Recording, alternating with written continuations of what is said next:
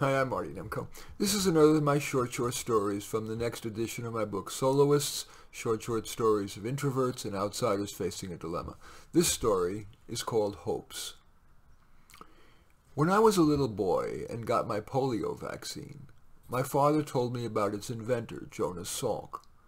Not only was he very smart and worked 12-hour days, he resisted his fellow scientists' pressure to use a conventional approach, and now polio is virtually extinct. So my dream was to become like Jonas Salk. My next dream was to go to a prestigious college, and I got into one. But that was my first disappointment. Most of the courses, even the science and math ones, seemed so distant from what's important to be a scientist. And the science and math courses were hard.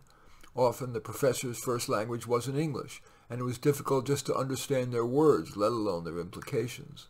And the assignments were often voluminous, and too often impenetrable. Most students felt that way when we were supposedly the best and brightest.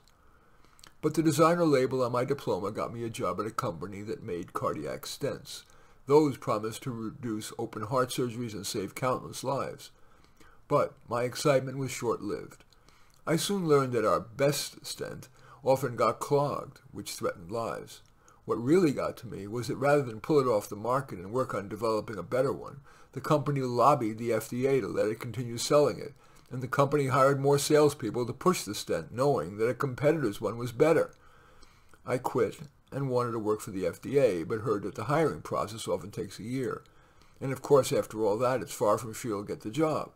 So I applied for a job running blood tests at Health Lab, and in 2 weeks I was hired. I had equally high hopes for marriage, and those were vindicated in the short run. But as time went on, our life became humdrum, with all that implies. It wasn't horrible, it just didn't live up to my hopes. Now I'm retired and have scaled back my hopes.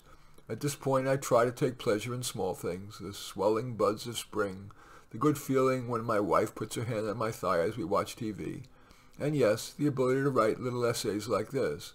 But honestly, compared with my hopes, all that feels trivial. In any case, that short story is called Hope. As usual, I welcome your thumbs up and accept your thumbs down. I always look forward to your comments, and especially like it if you hit the share button below. Share on your social media so that my efforts can have broader impact. And I am flattered if you choose to subscribe to my channel. In any event, I do thank you for watching. I am Marty Nemko.